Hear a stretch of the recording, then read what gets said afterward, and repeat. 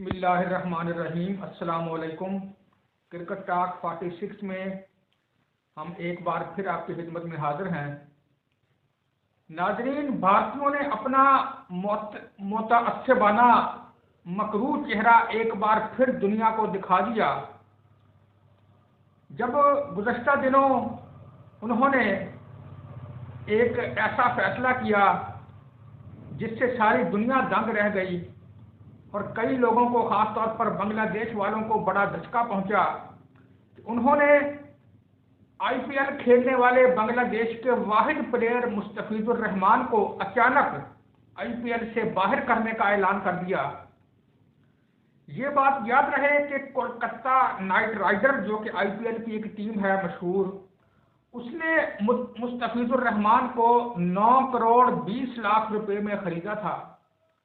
پھر مستفیض الرحمان کے بارے میں سب لوگ جانتے ہیں کہ آج بھی وہ ون ڈے اور T20 میں دنیا کے چوٹی کے بالرز میں شمار ہوتے ہیں۔ اور پھر آج کی بات نہیں، وہ میرا خیال ہے کہ 6-7 سال ہو گئے ہیں وہ لگاتار آئی پی ایل کھیل رہے ہیں، اور اچانک ان کو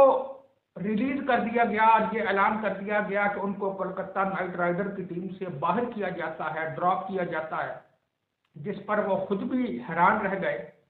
پھر اس کی کوئی وجہ بھی نہیں بتائی گئی کہ ایسا کیوں ہوا ہے، لیکن دنیا کو ساری کو پتا ہے اس کی وجہ کا کہ بھارت اور بنگلہ دیش کے درمیان جو تعلقات ہیں وہ آج کل کافی کشیدہ چل رہے ہیں، خاص طور پر جب سے حسینہ واجد کی حکومت ختم ہوئی ہے اس کے بعد سے دونوں ملکوں کے تعلقات جو ہیں ان میں کشیدگی آ گئی ہے، بہت زیادہ خراب ہو گئے ہیں، اور یہی وجہ رہی ہے مستفیض الرحمان کو ٹیم سے باہر کرنے کی۔ اب گزشتہ دنوں ہی جو ہے وہ بنگلہ دیش میں ایک جو ہے وہ ہندوؤں پر حملے کا بہانہ لگا کر ان کے جو ہے وہ سفارت خانے کے سامنے بھی انہوں نے بلا وجہ ڈرامہ کیا۔ پھر انہوں نے یہی بات لے کر بنگلہ دیش کے اس پلیئر کو ٹیم سے باہر کرنے کا مطالبہ کیا۔ اب کولکتہ نائٹ رائڈر جو ہے اس کے مالک مشہور اداکار شاہ رخ خان ہیں۔ اب شاہ رخ خان کو اس وقت پھر کافی دیر سے دھمکیاں دینا شروع کر دی بھارت کی انتہا پسند تنظیموں نے، خاص طور پر شیو سینا نے اور بجرنگ دل نے، کہ اس کو ٹیم سے باہر کیا جائے۔ پہل تو شاہ رخ خان نے اس بات پر اتنی زیادہ توجہ نہیں دی، لیکن جب معاملہ حد سے بڑھ گیا اور انہوں نے شاہ رخ خان کو سرے عام دھمکیاں دینا شروع کر دی، ان کو غدار تک کہنا شروع کر دیا، تو پھر آخرکار شاہ رخ خان نے بھی ان تنظیموں کے سامنے گھٹنے ٹیک دیے اور اس نے مستفیض الرحمان کو ریلیز کرنے کا اعلان کر دیا۔